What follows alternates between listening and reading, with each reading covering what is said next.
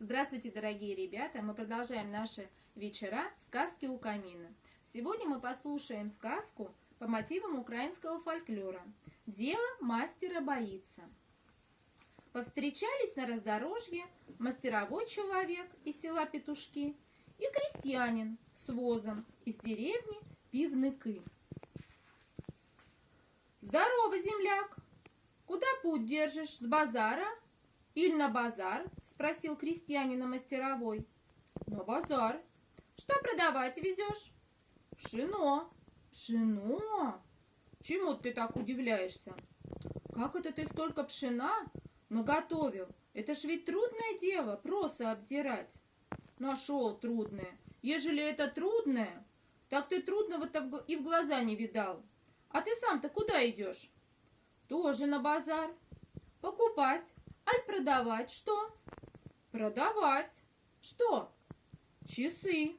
А откуда они у тебя?» «Сам сработал».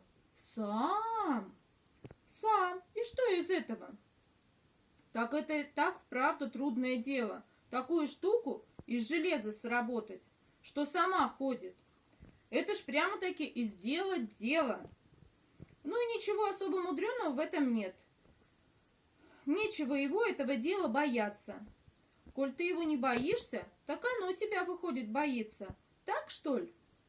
А дело, оно всегда рабочего человека боится.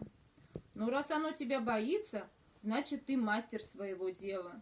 Мастеровитый человек». «Нет, это ты мастеровитый». «Да будет тебе. Садись-ка лучше, подвезу». Взобрался мастеровой человек на воз крестьянину и говорит: «Вот на этом спасибо». Вот и сказочки конец. А кто слушал, молодец. На свете есть много разных полезных дел. Ребята, вы выбирайте себе любое дело. Главное браться за дело с охотой, с любовью и доводить начатое дело до конца. До свидания, ребята. До новых встреч!